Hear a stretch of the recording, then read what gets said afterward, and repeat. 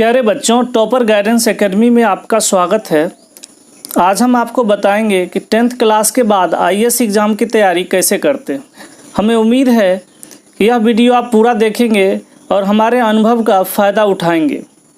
बच्चों, हर mummy papa का सपना होता है कि उनका बेटा या बेटी पढ़ लिख कर आईएएस ऑफिसर बने। आईएएस ऑफिसर बन के अपने परिवार का, अपने गांव का नाम रोशन करे तथा देश की जनता का सेवा करे। बच्चों, अभी आपको आईएएस एग्ज़ाम के बारे में ज़्यादा जानकारी नहीं होगा और हमने देखा है कि जब तक बच्चों को पूरा जानकारी होता है तब तक या तो उसका एज निकल जाता है या तो उसका जोश और जुनून ख़त्म हो जाता है। इसीलिए बच्चों, हमारी बातों को ध्यान से सुने। अब प्रश्न यह है कि आईएएस परीक्षा की तैयारी कब करें, कैसे करें, क्यों करें, कब तक करें, कहाँ करें, किस बुक से करें, किस कोचिंग इंस्टीट्यूट में जाके करें, किस सब्जेक्ट से करें, है ना। बहुत सारा प्रश्न आपके मन में उठता होगा। तो बच्चों, एक ही प्रेजेंटेशन में हम सभी प्रश्न का उत्तर तो नहीं दे सकते, परंतु कुछ महत्वपूर्ण प्रश्न का उत्तर हम ज़रूर देना चाहेंगे। तो पहला प्रश्न आपका है कि आईएएस की तैयारी क्यों करें। बच्चों, अगर आपको अपने मम्मी पापा का सपना पूरा करना है, अपने परिवार का, अपने गांव का नाम रोशन करना है और आप चाहते हैं कि समाज में कुछ नया चेंज लाएं, कुछ नया परिवर्तन लाएं, तो आपको आईएएस की तैयारी ज़रूर करना चाहिए। अब प्रश्न यह है कि आईएएस की तैयारी कब से करना चाहिए। तो बच्चों, किसी भी अच्छा कार्य करने के लिए हर दिन शुभ होता है। फिर भी अगर आप 10th पास करने के बाद से ही आईएएस एग्ज़ाम की तैयारी में लग जाते हैं तो हमें उम्मीद है कि 22 से 23 वर्ष की उम्र में आप सफलता को प्राप्त ज़रूर कर लेंगे। अब अगला प्रश्न है कि आईएएस एग्ज़ाम का पैटर्न क्या होता है। तो बच्चों, हम आपको बताना चाहेंगे कि आईएएस एग्ज़ाम का 3 प्रारूप है। प्रारंभिक परीक्षा, जिसको पीटी एग्ज़ाम भी बोलते हैं, मुख्य परीक्षा जिसको मेन एग्ज़ाम भी बोलते हैं, और साक्षात्कार, है ना, जिसको इंटरव्यू बोलते हैं। बच्चों, प्रारंभिक परीक्षा में 2 पेपर होता है। एक जनरल स्टडीज जिसको सामान्य अध्ययन बोलते हैं, दूसरा सीसेट, है ना। दोनों 200 मार्क्स का होता है। मुख्य परीक्षा का 3 पार्ट है। एक क्वालिफाइंग पेपर्स होता है बच्चों, एक जनरल स्टडीज़ यानी सामान्य अध्ययन होता है बच्चों, और दूसरा ऑप्शनल सब्जेक्ट, वैकल्पिक सब्जेक्ट जो आप सेलेक्ट करते हैं वो सब्जेक्ट। क्वालिफाइंग पेपर 2 टाइप का होता है, उसमें सिर्फ क्वालिफाई करना रहता है। एक इंग्लिश होता है बच्चों, एक लैंग्वेज होता है। आप उसमें कोई सा भी लैंग्वेज रख सकते हैं, वो आपके अकॉर्डिंग होता है।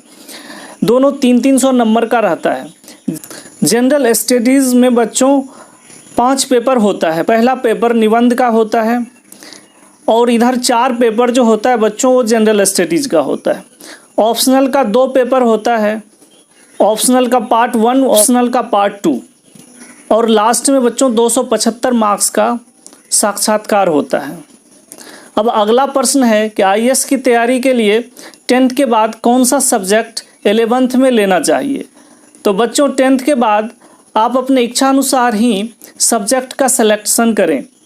आप पीसीएम भी ले सकते हैं, पीसीबी भी ले सकते हैं, आर्ट भी सब्जेक्ट ले सकते हैं, कॉमर्स भी सब्जेक्ट ले सकते हैं, कोई भी सब्जेक्ट ले सकते हैं। परंतु यह ध्यान रखना होगा बच्चों कि आपको आईएएस का भी तैयारी साथ साथ करना है। इसीलिए आपको इंटरमीडिएट सब्जेक्ट के बाद भी टाइम आईएएस पेपर के लिए मिलना चाहिए। आप ऐसा सब्जेक्ट का सिलेक्शन करेंगे। अगर बच्चों आप लोग पीसीएम या पीसीबी रख लेते हैं तो ये सब्जेक्ट थोड़ा सा टफ होता है। इसमें आपको कोचिंग्स लेना ही पड़ेगा और बहुत ज़्यादा मेहनत करना पड़ेगा, जिससे आपको एक्स्ट्रा टाइम नहीं मिलेगा कि आईएएस का कोई भी पेपर जो है वो तैयार करने का। तो हमारे अकॉर्डिंग अगर आप सिर्फ आईएएस पर ही फोकस करना चाहते हैं, आपका सिर्फ एक ही लक्ष्य आईएएस ही बनना, तो आप 8 पेपर ले लें। 8 पेपर थोड़ा इजी होता है, ये आप सेल्फ स्टडी से भी तैयार कर सकते हैं।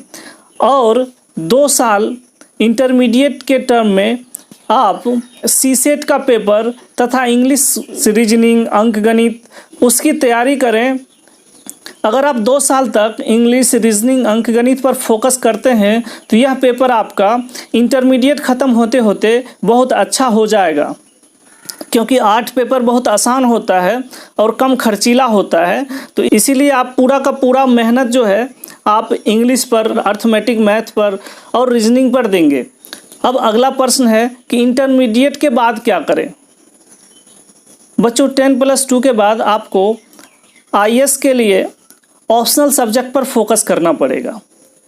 तो सबसे पहले ऐसा सब्जेक्ट आप सेलेक्ट करें जिसमें आपका इंटरेस्ट हो और जिस सब्जेक्ट का रिकॉर्ड आईएएस एग्ज़ाम में बहुत अच्छा हो, क्योंकि हर सब्जेक्ट में आईएएस एग्ज़ाम के पेपर में एक जैसा मार्क्स नहीं मिलता है।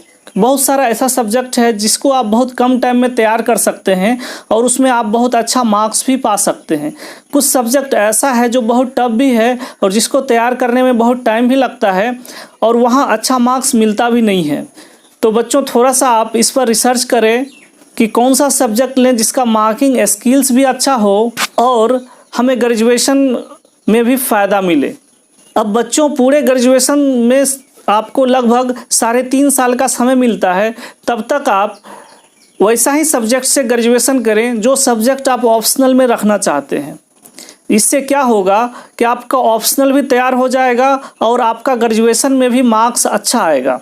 अब अगर आप ये 3.5 साल अपने ऑप्शनल को बहुत ही अच्छी तरह से पढ़ते हैं और इंग्लिश, रीजनिंग और अर्थमेटिक, मैथ्स का प्रैक्टिस करते हैं तो हमें उम्मीद है कि ग्रेजुएशन होते होते आपका ऑप्शनल भी अच्छा हो जाएगा और इंग्लिश, मैथ और रीजनिंग का बहुत अच्छा प्रैक्टिस हो जाएगा। अब बच्चों प्रश्न ये उठता है कि ग्रेजुएशन के बाद क्या करें। तो बच्चों ग्रेजुएशन के बाद आपको पूरी तरह जीएस पेपर पर फोकस करना है और मेंस की तैयारी में लग जाना है। अब यहाँ क्या है कि आपको किसी अच्छे जगह जा कर के अच्छे कोचिंग को ज्वाइन करना चाहिए। ऐसा नहीं है कि आप अपने घर पर रह के नहीं कर सकते। बच्चों आपको बहुत सारा ऐसा टिप्स है जो आपको अच्छे कोचिंग में, अच्छे टीचर के संपर्क में आने के बाद ही मिलेगा। आप घर पर जो है सेल्फ स्टडी कर सकते हैं। इससे क्या होगा, बहुत टाइम लग जाएगा बहुत सारा टिप्स जानने में। और आप जानते हैं एज और चांस दोनों लिमिट होता है। हो सकता है कि आपको जो सफलता 1 साल में आप प्राप्त करते हो वह सफलता आपको 4-5 साल लग जाए प्राप्त करने में। अच्छे कोचिंग में हमें बहुत ही अच्छे टीचर का एक्सपीरियंस का फ़ायदा उठाने को मिलता है। जो गलतियां वो टीचर बहुत बच्चे को करते हुए देखते हैं वो आपको बताते हैं और आप वो गलती नहीं करते हैं, जिससे सफलता जल्दी मिल जाता है। अब बच्चों आप अच्छे जगह जाएंगे, जीएस का कोचिंग करेंगे, उसके बाद ग्रुप डिस्कशन और लाइब्रेरी, टेस्ट सीरीज ये सब आपको ज्वाइन करना है, जिससे निरंतर अभ्यास आपका बना रहे और अच्छे टीचर के संपर्क में रहें। पॉजिटिव सोचें, धैर्य से तैयारी करें, निगेटिव लोगों के संपर्क से दूर रहें, गलत संगति से बचें, गलत आदतों से दूर रहें, भगवान पर भरोसा करें, अपने मेहनत पे भरोसा करें। आप एक दिन ज़रूर आईएएस अधिकारी बन जाएंगे। अगला प्रश्न है कि आईएएस की तैयारी कब तक करें। बच्चों आईएएस की तैयारी आपको तब तक करना है जब तक आपको सफलता प्राप्त नहीं हो जाए या जब तक आपको चांस मिलता रहे। छोड़ना नहीं है, आपको अपने असफलता से सीखते जाना है और उसको सुधार करके आगे का चांस लेते जाना है। अब अगला प्रश्न है कि अगर आईएएस नहीं बन पाए तो क्या होगा। बच्चों अगर हमारी बात को आप अक्षरशः मानेंगे तो आप ज़रूर एक दिन सफलता प्राप्त कर लेंगे। फिर भी मान लेते हैं कि अगर आप आईएएस नहीं बन पाए तो स्टेट पब्लिक सर्विस कमीशन ज़रूर निकल जाएगा। अगर आप बिहार से हैं तो बीपीएससी निकाल सकते हैं, अगर यूपी से हैं तो यूपीएससी निकाल सकते हैं, अगर मध्य प्रदेश से हैं तो एमपीएससी निकाल सकते हैं। अगर वह भी नहीं निकला बच्चों तो आप एसएससी का एग्ज़ाम ज़रूर निकाल लेंगे, है ना। एसएससी हर साल उसका भी पेपर आता है, वो ज़रूर आप निकाल सकते हैं। अगर एसएससी भी नहीं निकला बच्चों तो आप आईबीपीएस बैंक का एग्ज़ाम ज़रूर निकाल लेंगे। अगर बैंक का एग्ज़ाम भी नहीं निकला तो बच्चों आप एसआई का एग्ज़ाम ज़रूर निकाल लेंगे। अगर वो भी नहीं निकला बच्चों तो आप आरआरबी रेलवे का एग्ज़ाम ज़रूर निकाल लेंगे। अगर आप आईएएस लेवल का तैयारी कर रहे हैं तो ये सब एग्ज़ाम ज़रूर निकलना चाहिए। अगर बच्चों आपसे कुछ भी नहीं निकल पाएगा तो दिल्ली के मुखर्जी नगर में जाके कोचिंग डाल ही सकते हैं या किसी कोचिंग में पढ़ा ही सकते हैं। तो बच्चों, आपको मेहनत करना है, अपने आप पर भरोसा करना है, सही समय पर सही स्टेप उठाना है। आप ज़रूर एक दिन अच्छे अधिकारी बनेंगे और देश का नाम रोशन करेंगे। अगर आपको हमारा यह वीडियो अच्छा लगा तो इस वीडियो को आप अपने दोस्तों को शेयर कीजिए, जिससे उनको भी सही समय पर सही गाइडलाइन मिल सके। वीडियो देखने के लिए बहुत बहुत धन्यवाद। Thank you so much.